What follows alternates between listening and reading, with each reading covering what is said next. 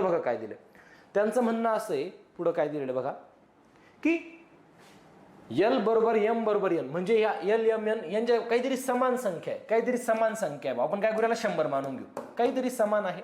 ठीक आहे, अपूर्णांक बघा काय दिसत आहे, L/7 पुढे काय M/11 N/5 R/3. हे सगळे लोक समान आहे. मी असं म्हणू का या ठिकाणी की अंश समान आहे.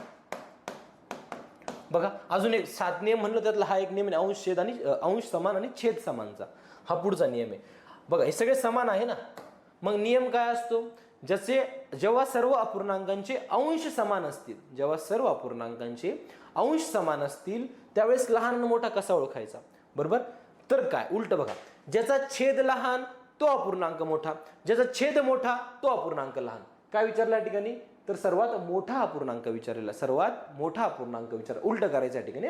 मोठा म्हणजे काय, ज्याचा छेद लहान तो अपूर्णांक मोठा. कळालं, छेद कोणाचा लहान आहे याचा, तर हा अपूर्णांक माझा मोठा झाला, तर हा अपूर्णांक माझा मोठा झाला.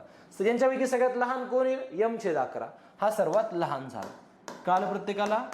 हे झालं बघा अंश समान असल्यावर, बरं का, अंश समान असल्यावर ज्याचा छेद लहान तो अपूर्णांक मोठा. कळालं नियम. उलट काय, जर सर्वांचे छेद समान असले, जर छेद समान असले, ज्याचा अंश मोठा तो अपूर्णांक मोठा, ज्याचा अंश लहान तो अपूर्णांक लहान. दोन्ही गोष्टी कळाल्या प्रत्येकाला.